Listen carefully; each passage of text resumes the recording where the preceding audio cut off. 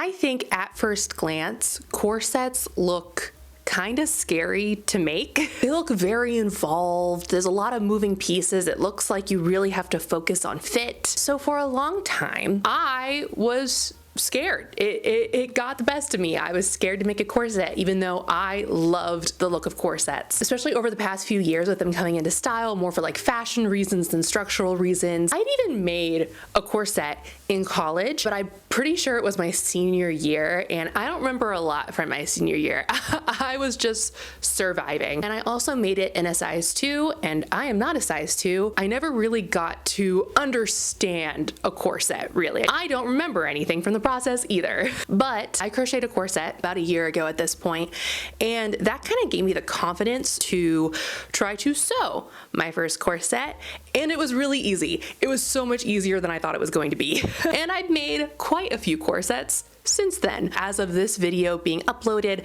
I will also have a playlist available if you would like to see at least most of my corsets that I've made within the past year. You can check out all those videos there. Since I've now made quite a few corsets, I thought that maybe it'd be a good idea to kind of give you a little bit more of a breakdown of how I make a corset relatively quickly and easily and cheaply, for that matter. There are so many people on YouTube who I love and watch who put so much effort and time and detail. I'm not going to be doing that. Oh my gosh, I completely forgot to tell you what we were doing. You saw the thumbnail, you saw the title, you know what we're doing, but just to reiterate it here, I've been in need of just a simple neutral corset. A lot of the corsets I've made are very vibrant and bright, and I recently realized that Aurora / Sleeping Beauty from Disney's version Sleeping Beauty has a very cute like before outfit. I don't even know whether to call it the before outfit, but the outfit that she's wearing when she's like staying in that little cottage with her fairy godmothers and, you know, running through the forest without shoes, which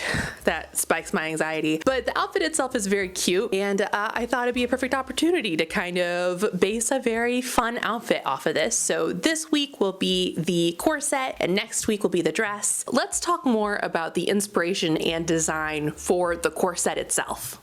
If you look at the animated costume, the corset specifically, it looks closest to me to an 18th century pair of stays. I'm not going to be doing anything historically accurate here. I'm just kind of going off of what I want and what the costume looks like. I know that historically accurate was really popular a few years ago, and I don't really want to do that. I want to make it my own thing. It's going to be Disney Princess me style. I've made a lot of stays / stays inspired corsets, but I kind of wanted to try something new this time. And the strapless corset that she's wearing also gives me vibes of the late Victorian corset. So I decided to go with that one instead. In fact, I had a new pattern that I had just accidentally received that was perfect for it. But with that, it is time to show you how I made this corset. So this was the corset pattern they sent me instead of the pattern I ordered, but I decided to go ahead and keep it because I thought I might want to try these out in the future, which I do now. But this was not in my size, so I expanded each pattern piece by about 1/4 inch. For the back pieces, I had some flower pattern placemats, which I thought would make a nice contrast and add some interest. Talking about fabric actually brings me to my first tip. Not using actual fabric, quote unquote. This is a pillowcase and placemats. There are plenty of places that you can find cheap fabric. Of course, the number one place is the thrift store. I can usually get yards of fabric for $5 to $7 on average from, you know, pre-owned bedding and draping. But what I do sometimes, which I actually did for this project, is I also look online for massive discounts on bedding. I will always try thrifting first, but sometimes when I need a specific color, on sale fabric is pretty much the best I can find. And right about now, at the beginning of the year, most companies will be having some pretty good sales on bedding. But back to sewing. So I cut out 4 pieces of each pattern piece, and on 2 of them, I put 2 pieces of interfacing each to make it extra sturdy, but the other 2 have no interfacing. I then flatlined 1 interface piece to 1 not interface piece, and the piece that doesn't have interfacing is going to be the pretty piece that shows on the outside, since the interfaced pieces were a bit wrinkly. You're definitely going to want a lot of structure to your fabric because corsets are going to have a lot of pressure put on them, so more structure is better. Okay, this looks pretty good. I don't think I have to make any major fit changes. I'll try this on again tomorrow because, you know, I just had a huge meal. Other than that, it fits pretty well. I really like this little contrasting fabric in the back. I think it's like a little surprise. And I'm also wondering if I did this correctly, if it could actually be reversible to where I could wear it this way or wear it this way. It might work, it might work. We'll come back when it's time for boning. That sounded dirty. It's time to put bones in. It's not sounding any better. Bye.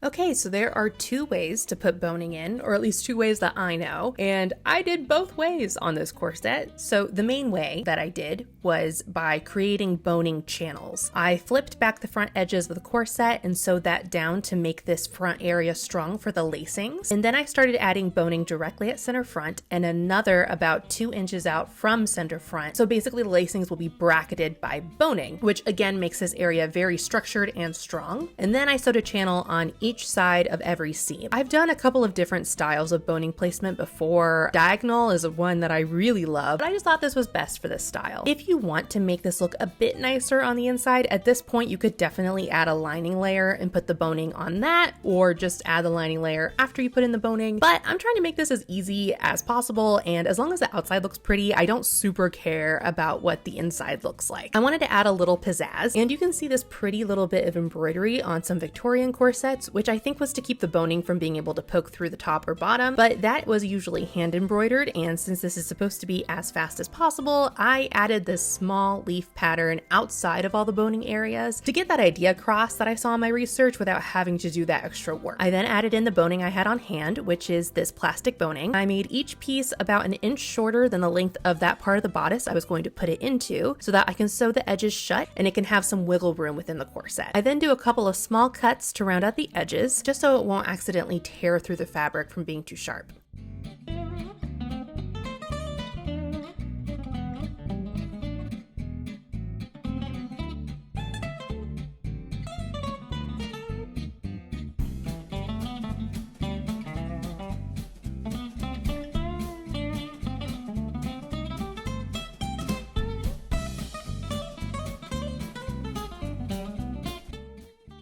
Okay, really quickly, since I'm here, I feel like we're at a good spot where I can kind of discuss fit really quickly. So for me, I think the perfect space between these two fronts, in my opinion, these should not match. I mean to say that they should not meet in the front prior to being laced. The lacing will really tighten this fit by more than I think you originally expect it to. So space, even if you pull as tight as you can with your hands, that's not going to be as cinched of a look as the actual lacings. For me, a space of 3 to 5 inches tends to be perfect. I want this to close, or at least get as close to being closed at the front as I can. So it's about 3 inches right now. It might be a little less than that, but I would rather it close.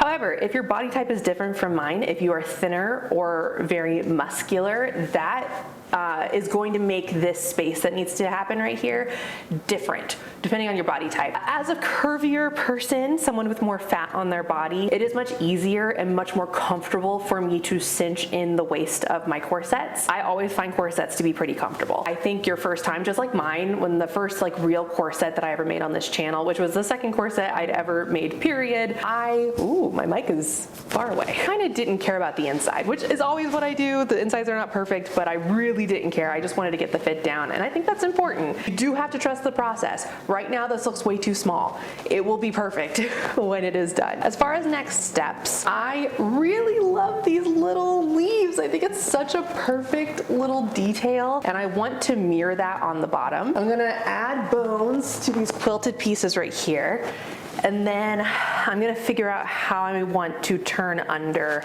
this bottom edge. If I want to make it pretty like this top part, or if that's not so possible, I can literally just finish off the seam and then flip it under once.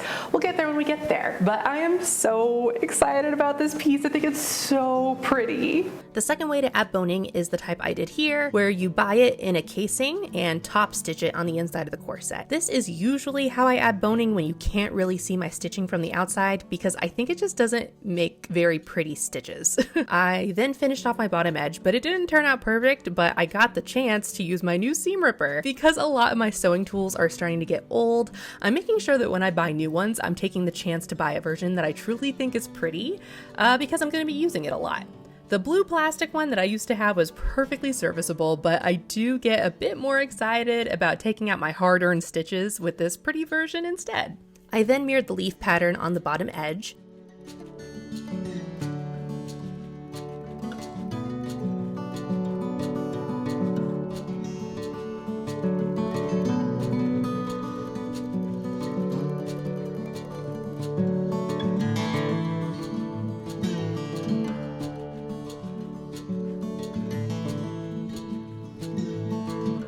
Since all of my other corsets end at my waist, I'd never had to do this before, but I think this is important for corsets that go over the hips, and that is to add twill tape at the waist. As I've reiterated a couple of times, you really want to make sure everything is as structured as possible, so adding interfacing, putting bonings on each side of the lacings and seams, and adding this ribbon are all great ways to keep your corset from accidentally tearing from the pressure of creating structure.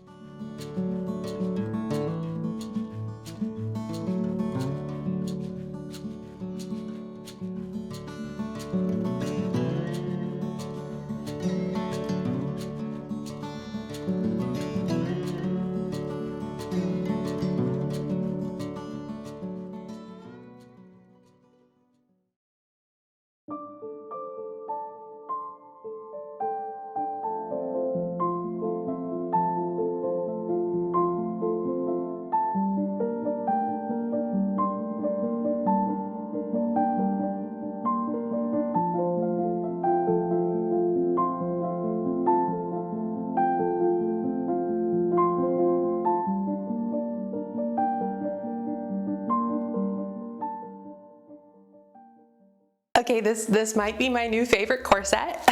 That's hard to say, actually. I like all of my corsets. I don't know. It's just different from anything I've made before. I'm pretty happy that it came out super close to perfect for a first time, just never having tried this pattern before. I know what small changes I want to make for next time, and the last thing I will do before finishing this project is I will take a little sticky note and I'll write down the changes I want to make, which are, first, even though I wanted this little opening right here because that was in the original animation, I could have given my chest a little bit more space, which is usually a problem, not to brag. I could have actually taken the waist in just by like an inch more, and I really could have had this kind of cinched in waist, and it feels pretty comfortable in here, so I think I could take another inch out of the waist, and I probably could have extended the hip. So it's just like everything needs to just be a little bit more dramatic. So anyway, we'll be tackling the dress next video, but the corset is done and I'm very happy with it. If you liked this video, be sure to like and subscribe and comment, all of that good stuff. It really helps me out. Hope you guys had a good time. Thank you so much for watching, and I hope to see you back here next time.